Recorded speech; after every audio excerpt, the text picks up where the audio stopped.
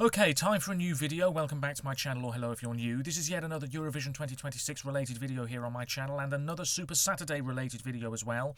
This is where I go through all of the events taking place on a particular Saturday or upcoming period of days within the 2026 Eurovision calendar. And as we all know, this year's ESC is taking place in May in Vienna, Austria. As always, you're welcome to let me know your thoughts on anything I discuss in today's video by leaving a comment down below, and as always there are links in the description to my other social media pages. Check them out if you so wish. So I am on EurovisionWorld.com, and as I speak to you now it is March the 6th. Although this video will be titled Super Saturday, really I'm just going to go through all of the events still to come on this year's Eurovision calendar, so not just the Saturday. Anyway, today we've already had quite a bit of news with regards to this year's Austria-staged Eurovision Song Contest. Earlier today we had the official release of Eins, Zwei, Drei, the United Kingdom's entry performed by Look Mum No Computer, real name Sam Battle, born in the late 1980s. This guy has a very strong and notable aesthetic and sound, and certainly this track is completely different from anything else we already have for this year's event, which is a good thing. It is standing out from the mix, that is for sure. It says here, and I did mention this in a video that I filmed earlier this morning in which I reacted to the song in full for the first time. He's a YouTuber, electronics enthusiast and composer who posts videos about making pro audio gear and synthesizers as well as original music. He is known for his unusual, esoteric and eccentric electronic musical devices made from vintage technology, including a Furby organ and Game Boy triple oscillator synthesizer. He also runs a museum in Kent which showcases vintage analog devices repurposed for humorous uses. So if you'd like to know my thoughts in a bit more detail regarding this particular track, I will gently nudge you in the direction of that video that I filmed earlier today. What I will say is that I did give this song at the time a score of 6.5 out of 10. Which is not too bad. I think most of the sentiments towards this song so far have been generally positive. Certainly it's a very divisive track. Anything that's doing a little bit out of the ordinary is going to be divisive. To me, it reminded me of Blur ever so slightly, if you're familiar with their output, one of the biggest bands of the past 30 years or so here in the UK. And yeah, just that type of music, slightly Brit pop, but really laden with electronic elements. Lyrically, maybe it's not that fantastic, but in my opinion, and I've said this for years now, lyrics probably don't matter too much at Eurovision. I think he's going to have to try and create a real atmosphere on stage with this one. The staging will be all important. As long as we get 1 point from the public, we can say job well done, because of course the UK has absolutely been atrocious over the past few years, excluding Sam Ryder when it comes to the public half of the results. We did not push on after Sam Ryder in Turin, unfortunately. We regressed. The songs have not been too bad, but unfortunately, for whatever reason, they did not strike a chord with viewers, unfortunately. And hopefully this song can produce the goods for us. At this moment in time, I would say that I'm actually a bit more concerned about how the juries are going to respond to this rather than the public. I hope that Sam gets his face out there, makes appearances on talk shows left, right and centre across the UK and further afield, promote the hell out of this song, get people excited for it, drum up interest, and hopefully by the time Eurovision comes around and we start seeing rehearsal footage, rehearsal photos, that sort of thing, the interest will be growing and growing and growing. And who knows, maybe we will be one of the favourites to finish in the top 10 in the final. That would be quite nice. That would be progress as far as I'm concerned. Obviously, what we don't want is the UK languishing with 0 points from the public once again. Anyway, it's very difficult to please British Eurovision fans because we've been crying out for years for something a little bit out of the ordinary, something a little bit out of left field, if you see what I mean. Now that we have it, you've still got some people who aren't exactly happy. However, we have a guy who, as I said earlier, has a very clear aesthetic and sound, and I commend him for that. He is going into this with authenticity, full throttle, if you see what I mean, and I wish him the best of luck. It's a song that will probably grow on me moving forwards. It is unlike anything else this year, and hopefully we can avoid another disappointment in Vienna. Anyway, I'm rambling already. Also, a short time ago, we had news from France. France are going to be represented by Monroe, who is a 17-year-old opera soprano. She was the rumoured name, and she came to prominence after winning a show in France called Prodigy. I think that might have been last year. She grew up in Utah, Salt Lake City, to a French mother and American father. She grew up in the US and began singing at an early age. She was also part of a church choir.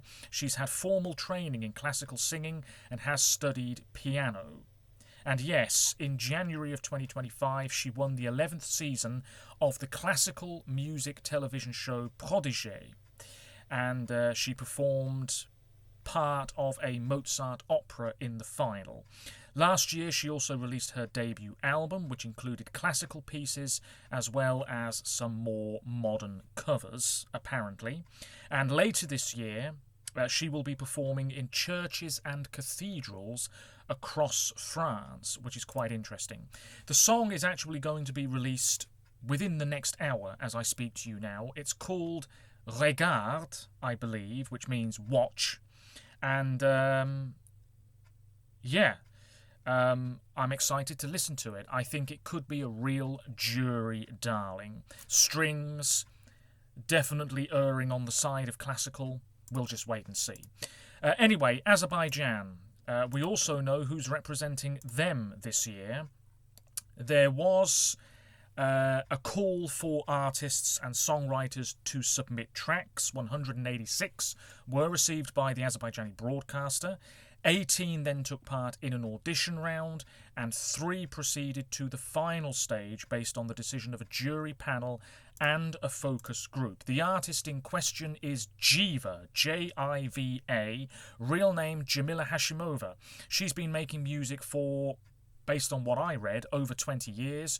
She also won her country's version of The Voice not so long ago. She's performed at festivals and events all over the place. Her music straddles pop, dance and R&B, and she was also the lead vocalist of a group known as Has Band, apparently. We will be getting her song in due course. As for San Marino, well, I've not really been following this. The format, slightly different this time around. The San Marino Song Contest, we have had 2 semi-finals instead of 8, but we still have 20 finalists.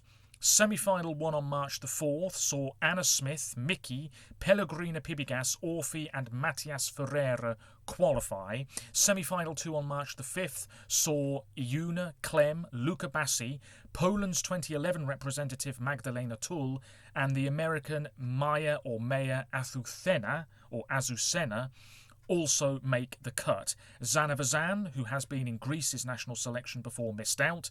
Mareya, who represented Slovenia in Vienna in 2015, also missed out, as did Estonia's Elisa with the song The Alchemist. Of course, she's been in Eesti Laul several times in the past. We do have some automatic finalists, including Dolcenera, who has been in the Sanremo Music Festival, Edward Meyer, who was just in Romania's national final, Inis Neziri, who wasn't that far away from winning FIC in Albania just before Christmas last year.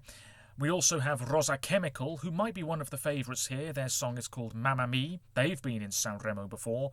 And Senit, 2 times the San Marino representative, most recently in Rotterdam a few years ago with Flow Rider. Her song is called Superstar, and she has teamed up with Boy George for it, 64 years of age, the former lead singer of Culture Club, who were a big band all around the world, mainly in the 80s, Karma Chameleon, Do You Really Want to Hurt Me, It's a Miracle, etc. What a very strange duo this is, but nevertheless, they could be in it to win it. We will find out who represents San Marino tonight. After that, we have Poland's national selection. This is tomorrow now, so Saturday the 7th. Voting has been open for some time with regards to the Polish selection. We've known the lineup for ages. 173 entries were received by the broadcaster, and a jury made up of 11 representatives of the Polish music industry, media and the broadcaster itself decided upon a shortlist which was then reduced further. We have the 2020 Polish representative Alicja with Pray. Unfortunately, in my opinion, this is just not that strong of a song. I was quite bored by it when I heard the whole thing. We have Zimna Woda by Basia. That might be the best track here, in all honesty. Certainly it stands out. It's not the strongest lineup, in my opinion. We also have This Too Shall Pass by Stasiek Kukulski. We have Wild Child by Anastasia, which is my favourite, I can tell you that much. Anastasia number 1 for me, Basia number 2, and Jeremy Sikorski is my number 3. We do have the running order as well. Anastasia will open proceedings, Ola Antoniak will close the show. It is worth saying that this show is pre-recorded. The winner will be selected exclusively by a public vote, comprising an online vote, which, as I just said, has been open for a few days already, and it will close at midnight on March the 8th. The winner will be revealed on March the 8th, I believe on a morning programme in Poland, but I could be wrong. So it's a bit of a messy format. I don't think the interest is massively high, but that's what's happening with Poland with regards to this year's competition. We also have the final of Sweden's Melfest. Now, I intend to film a video later today regarding not just the final of Melfest this year, but last week's 5th heat in Sundsvall and the second chance round final qualification thing that happened as well. So I will save my thoughts for that video. I believe we still don't know the international juries who will be voting. But yes, they will be voting alongside the public, of course. The age range voting will come into effect once again. The overwhelming favourite is Felicia with My System. I can tell you that's my favourite as well from these finalists, and indeed my favourite from all of the Melfest tracks this year. We had several thousand submissions. Greshula could do it. He's my number 2 with Half of Me. And my number 3 is Smash Into Pieces with Hollow. Lila Al-Fadji is perhaps the one to watch, having surprisingly won Heat 5 a week ago. Delulu will get a lot of love, but absolutely it is Felicia's to lose, and she would be a very strong contender to do very well in Vienna should she get there. But yes, I will talk more about Melfest in an upcoming video. After that, we have Portugal and Festival de Canção, which is really messy this year. We've already had the semi-finals, of which there were 8 songs in each show. 4 songs went through directly, thanks to a combination of jury and public support, and then we had 1 extra qualifier from each show, based purely on a second round of sole public voting. The favourite to win, Bandidos Tocante with Rosa, who will open the show tomorrow night, no less. One of very few acts who've publicly said they would go to Eurovision if they won. And would you believe it, they're the favourites, so they're probably going to go to Vienna in May. My favourite is Marquis with Shuva. My second favourite, I don't remember. Oh yes, they were eliminated, because of course they were. It was Agridoce with Onde Quero Estar, and my third favourite is also out. That was Filme ao Contrário by Ines Souza. We have other artists, including Gonçalo Gomes, Sandrino, and Dinis Mota.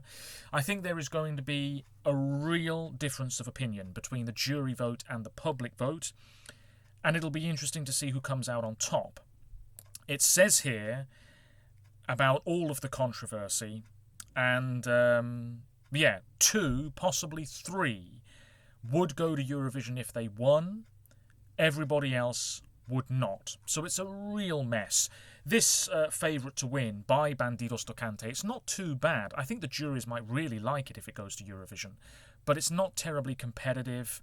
A lot of people might find it a bit too sleepy, if you see what I mean.